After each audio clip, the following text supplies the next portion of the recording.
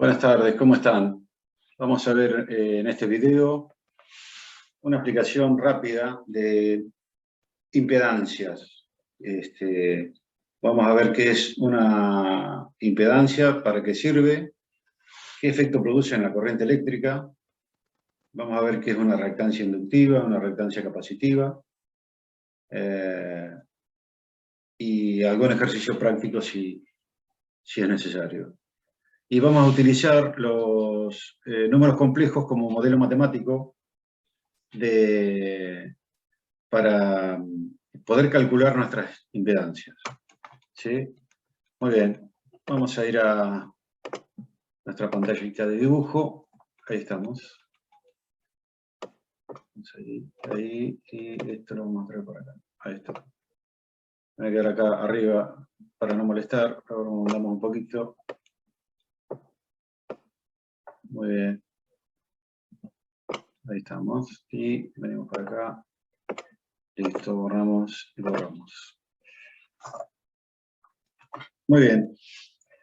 El tema de hoy, o el tema de este video, mejor dicho, es la impedancia.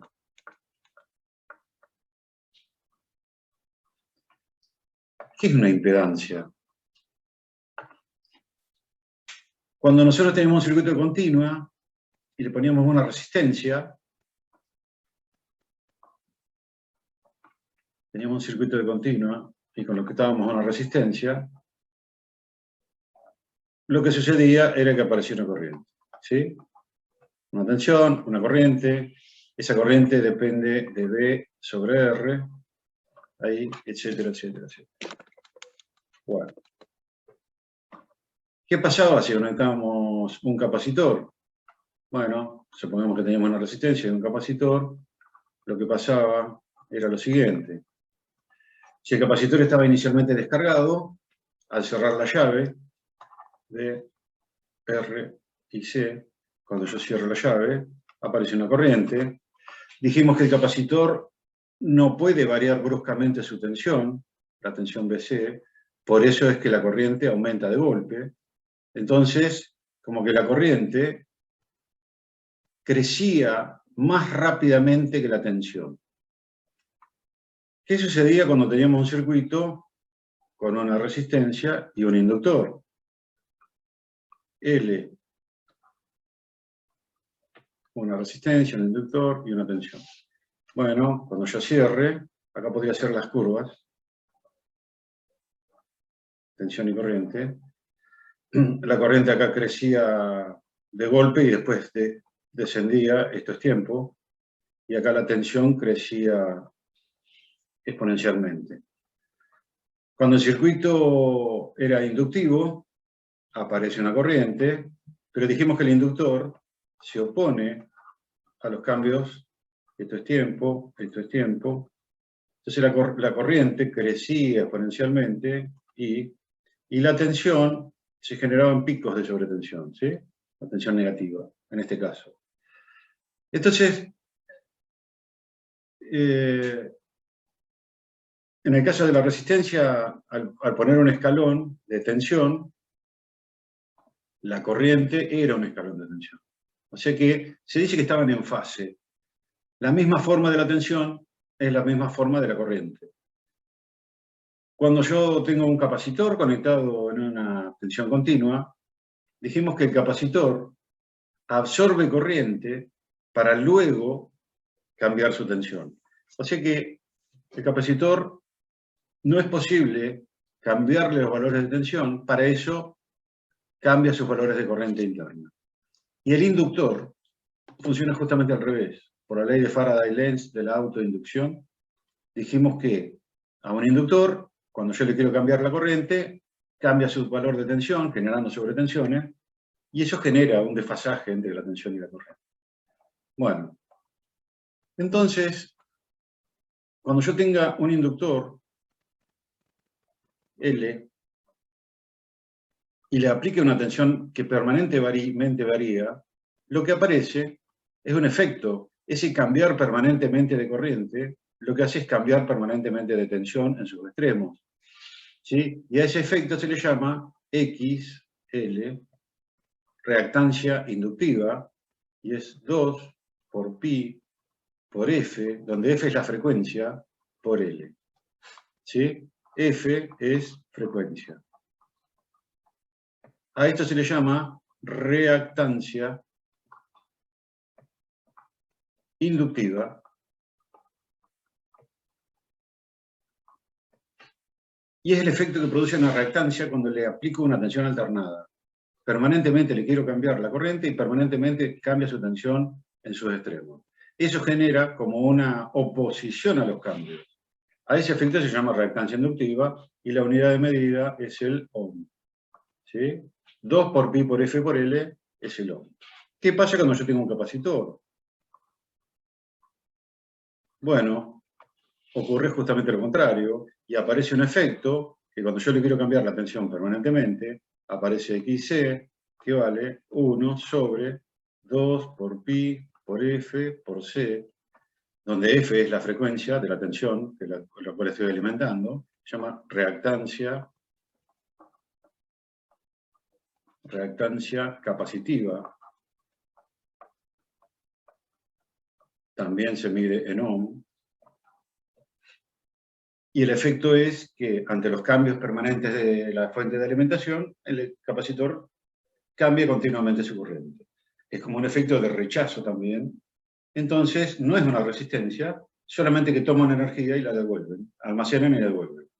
El inductor almacena en el campo magnético para después devolverlo, y el capacitor almacena en el campo eléctrico para después devolverlo. Pero no hay una disipación de potencia. La energía ahí se almacena y se devuelve, en el caso de los inductores y en el caso de los capacitores. Cuando yo tengo una resistencia R, el efecto es distinto, porque la resistencia lo que hace es transformar esa energía eléctrica en calor. ¿Sí? Entonces, el efecto Joule, que ya lo habrán visto, lo que hace es que la resistencia transforma mi energía eléctrica en calor. Al revés de los otros dos, que son inductor y capacitor, que almacenan y devuelven, almacenan y devuelven. Se llaman reactivos, por eso se llama reactancia. Reactancia inductiva para los inductores, reactancia capacitiva para los capacitores. Bueno, podríamos estudiar uno por uno. Circuito resistivo puro, y lo hacemos medio rapidito. Por ejemplo, si yo tengo un generador de tensión alternada que tiene una tensión, y una frecuencia, cuando lo conecta a una resistencia, R, va a aparecer una corriente. Y entonces lo que voy a hacer ahora es un gráfico con la tensión y la corriente.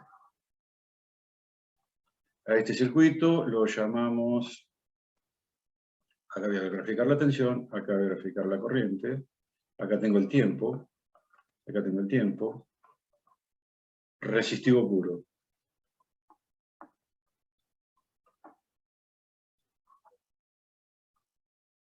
En un circuito resistivo puro, lo que voy a tener es una onda de tensión, vamos a hacer en azul, una onda de tensión sinusoidal. Se supone que esto es sinusoidal, no me sale muy bien, pero esta es la tensión, B, y vamos a tener una onda de corriente. Puedo ir bajando esto así. Y la corriente, lo que va a suceder es que va a estar en fase. Ahí. Baja, su valor, sube, baja, sube. Si lo grafico acá me va a salir mejor. Ahí. Entonces, ¿qué quiere decir? Que están en fase. Tensión y corriente están en fase. Esa es la tensión y esta es la corriente I.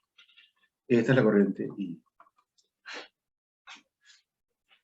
Nada nuevo, la corriente circula de un lugar hacia otro y en el otro semiciclo circula justamente al revés, pasando por cero.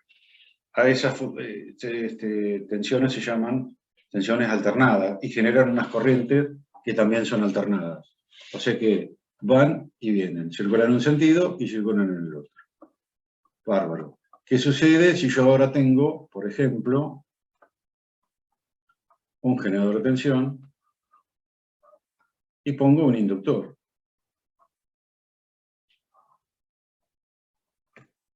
L, va a aparecer una corriente, acá aparece tengo una tensión con una determinada frecuencia. Este inductor genera una reactancia inductiva, XL, que es 2 por pi por F por L. Y ahora sí lo que voy a usar son fasores. ¿Recuerdan los fasores? Por ejemplo, si yo tengo la tensión, esta es la tensión B, y graficar a la corriente, la voy a graficar con un color rojo, la tensión y la corriente, lo que va a suceder es que la corriente, como yo no puedo cambiar bruscamente la corriente y por eso se generan sobretensiones, es que la corriente está atrasada 90 grados con respecto, esta es la corriente I, y esta es la tensión B. Todo este sistema está girando a una velocidad omega. Omega es 2 por pi por F. 2 por pi por F, acá, aquí. De ahí el 2 por pi por F por L y el 1 sobre 2 pi FC. Se llama pulsación angular. Bueno, si yo grafico esto ahora, no, lo vamos a hacer en negro. Si yo grafico esto, lo que voy a tener es el gráfico de los fasores y acá voy a graficar la tensión, voy a graficar la tensión B y la corriente, acá tengo T, o omega T, como quieran. Lo que voy a hacer es graficar la tensión, ahí. Esto va a ir al máximo, va a bajar, viene al mínimo, sube, viene al máximo y baja. Y ahora voy a tratar de graficar la corriente. La corriente está atrasada justo 90 grados, va a pasar por acá, justo está ahí en el máximo, pasa por acá, justo está en el mínimo, pasa por acá, bueno, ahí está, más o menos. Entonces, desplegando las puntas de estos dos vectores que están girando, yo obtengo la onda de tensión y corriente. Entonces, en un circuito inductivo puro, a esto lo vamos a llamar inductivo puro, inductivo, no me anda bien la lapicera, perdón.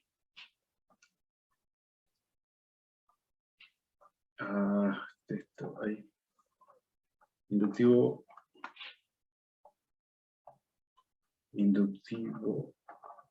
puro, es que conecté solamente un inductor a mi fuente de tensión alternada.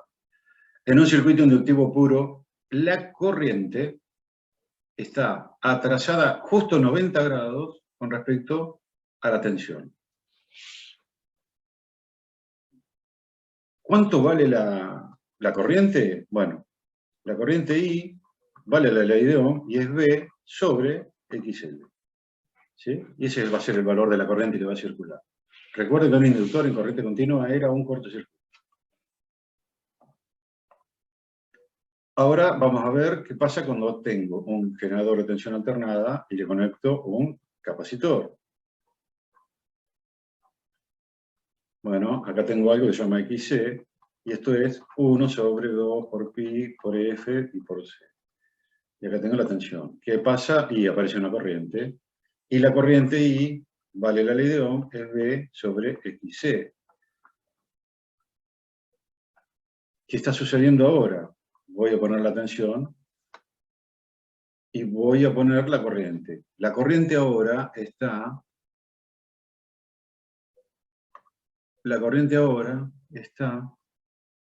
adelantada justo 90 grados. ¿Sí? Esta es la corriente I. Y esta es la tensión B. Voy a tratar de graficar los ejes y las sinusoides como pueda. Ahí y ahí. Y ahora tengo mi corriente I, mi tensión, los dos juntos, y acá tengo el tiempo. ¿Qué pasa con la sinusoide ahora? La sinusoide hace esto. Sube, baja, baja. Y ahora voy a tratar de graficar la corriente. Me quedó un poquito grande, pero no importa. Está adelantada, pasa por 0, cuando tiene su máximo valor, pasa por acá, sube, pasa por su máximo valor, baja. Bueno, me quedó totalmente desprolijo, un desastre, pero más o menos se entiende. Esta es la corriente I.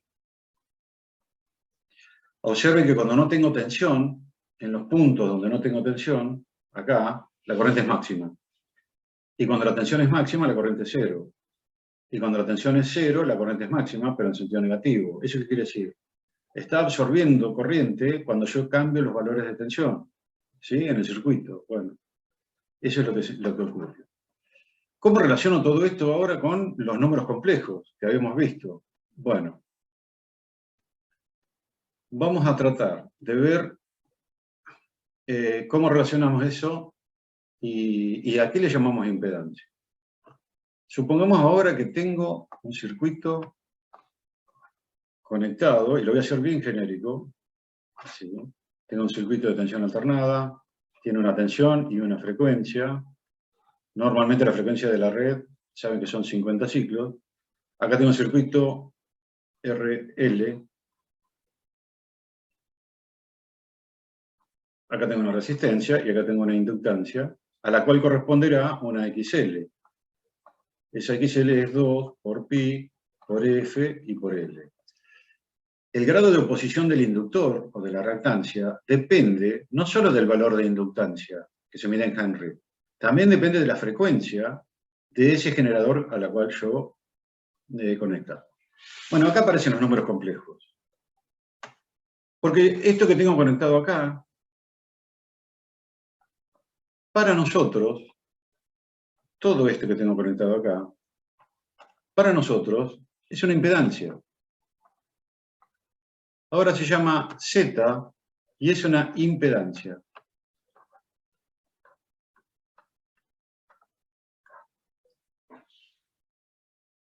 O sea que ahora la corriente, aparte de tener un valor en amperes, va a tener un ángulo de desfasaje con respecto a la tensión que lo alimenta. O sea que se corre, ¿sí? Está corrida en el tiempo. Voy a venir y voy a hacer mis ejes cartesianos, acá, y voy a graficar mi impedancia. Si recuerdan bien, mi impedancia tenía una parte real, acá tengo XL, y acá tengo XC. XC es negativo. Entonces voy a graficar mi impedancia. El valor de R va a ser este valor, por ejemplo, un valor cualquiera, R, y el valor de XL es un valor cualquiera que tengo por acá, XL. O sea que mi impedancia es esta que tengo acá. Ahora lo que voy a tener que hacer para calcular cuánto vale la corriente es hallar Z y hallar ese ángulo que tengo ahí. Z es la impedancia, que está compuesta por un valor resistivo, valor real de un número complejo, donde Z es R más JXL. Y esto también lo puedo expresar como el módulo de Z. Si vieron el video de números complejos se van a dar cuenta. Y un ángulo φ. Forma binómica, forma polar. El módulo de Z es R cuadrado, R cuadrado más XL cuadrado, raíz, ese es el módulo de Z. Y el ángulo φ es tangente a la menos 1 de XL sobre R. Y ahí voy a poder calcular la corriente. ¿Cuánto vale la corriente? Y la corriente I va a valer B, que se supone que tiene un ángulo de 0 grado, sobre Z con un ángulo φ.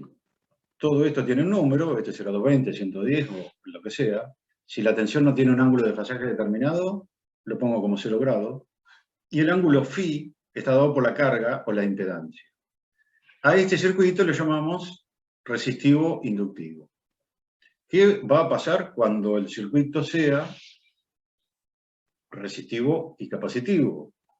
Bueno, lo vemos. Tengo mi generador, tensión y una frecuencia. Ahora tengo una resistencia, R, y un capacitor. A este circuito lo llamamos RC, al anterior lo llamamos RL.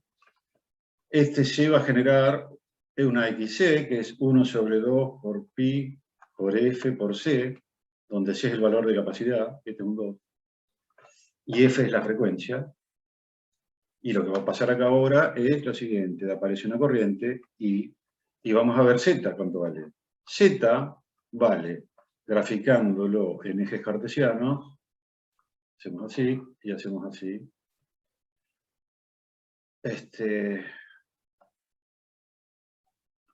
Graficándolo en ejes cartesianos tenemos R, XL, X es negativo, dijimos.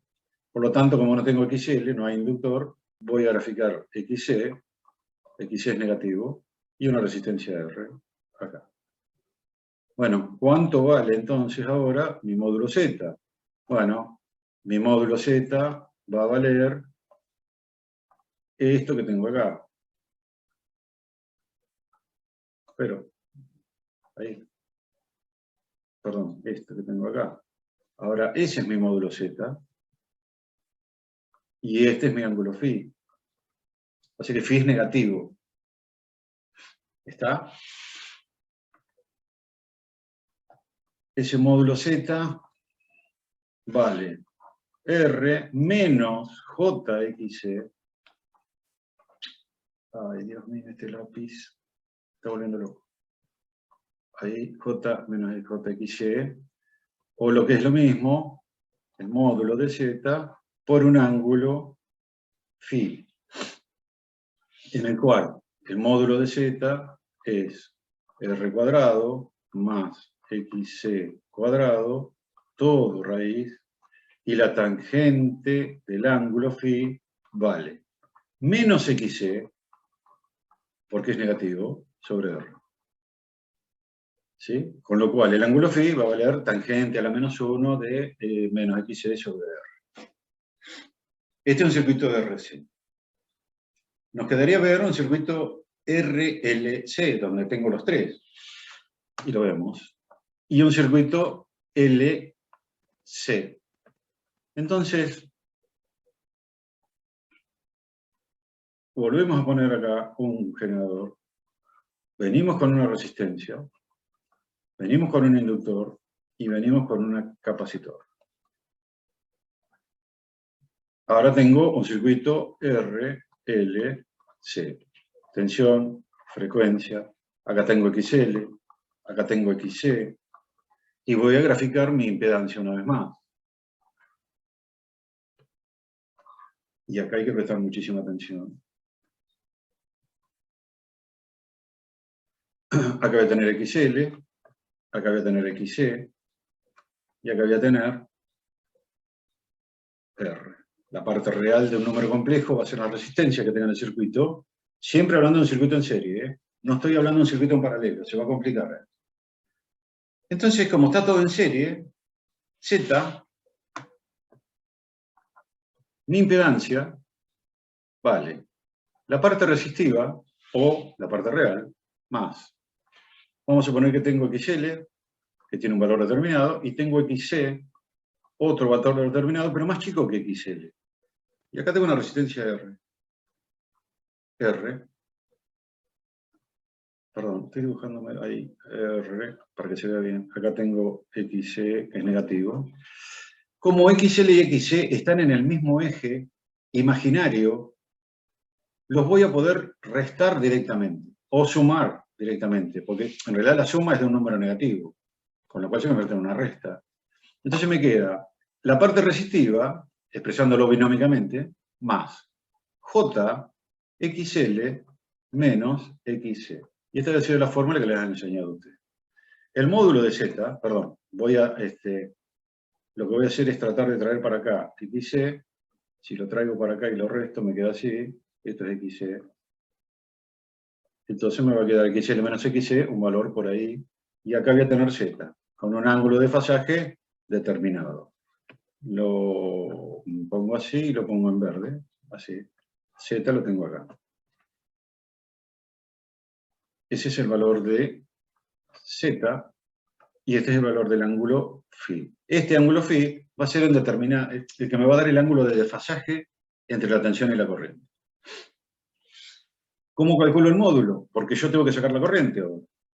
Bueno, la corriente I, que va a circular por acá, es B sobre Z. Pero no olvidemos que B y Z ahora son dos números complejos. Tienen módulo y tienen ángulo. Si nadie me da el ángulo de la tensión B, la tomo como 0. Y el ángulo de Z lo va a dar la impedancia, que va a ser la siguiente. Calculo el módulo de Z, que es R cuadrado más XL menos XC, todo al cuadrado, raíz. Esto es Pitágoras. Estoy usando Pitágoras. Este pedacito de acá es XL menos XC. Y el ángulo φ es tangente a la menos 1. Ese menos 1 no es 1 sobre tangente. ¿eh? En otro video lo aclaré con un texto. Es la función inversa de la tangente. O sea, es un arco tangente de la parte imaginaria, XL menos XC, sobre la parte real, que es la resistencia. Y ahí voy a tener un cierto ángulo de desfasaje, ¿sí? Porque B tiene un ángulo 0 y Z tiene un ángulo φ que no sé cuánto dará. En el caso que XC sea mayor a XL, la parte imaginaria me va a dar negativa, ¿sí? ¿Por qué? Y porque si XC es mayor que XL, todo esto es negativo. Con lo cual Z me quedaría con un ángulo negativo. Eso implicaría que el circuito es capacitivo y la corriente va a adelantar a la corriente. La corriente va a adelantar a la tensión, perdón. En este caso, como lo dibujé, tendría que darle números, pero cualquier número que sea, yo podría hacer que Z tiene un ángulo positivo, entonces la corriente va a ir retrasada con respecto a la tensión después. Si yo grafico tensión y corriente, lo que voy a tener acá es lo siguiente. Esta es la tensión, y la corriente,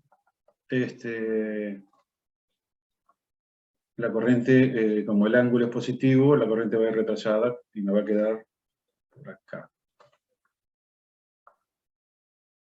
Ahí. La corriente me va a quedar por acá, qué sé yo. Esta es la corriente. Esta es la corriente I, y esta es la tensión B. Entonces, mi tensión va a ser así, ahí, y mi corriente va a estar dada, por ejemplo, con esta forma. Entonces la corriente va a ir siguiendo la tensión, pero desfasada, está desplazada. Esta es la corriente I, y esta es la tensión B. Eso que está ahí. Bueno, la impedancia, entonces, resumiendo, es el grado de oposición o no que una carga presenta en corrientes alternadas.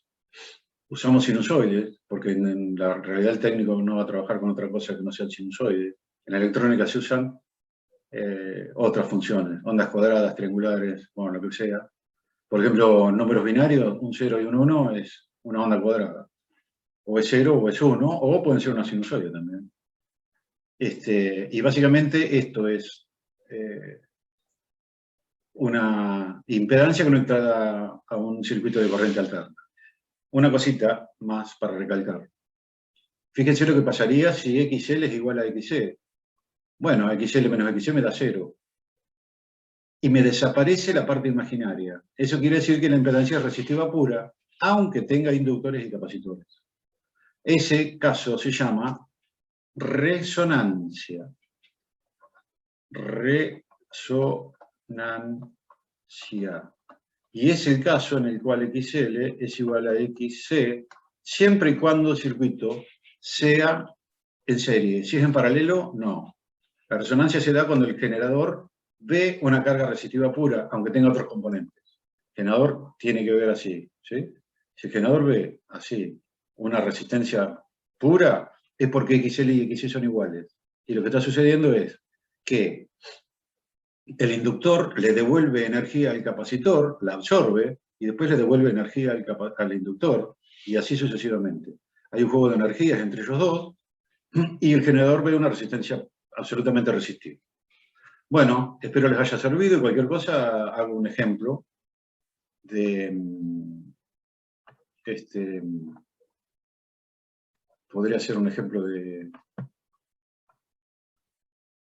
ejercicio, perdón, quiero decir, me colgué. Vamos a dejar de compartir acá.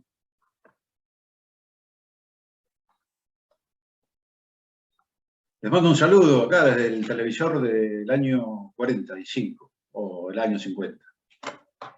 La pasen lindo. Bye.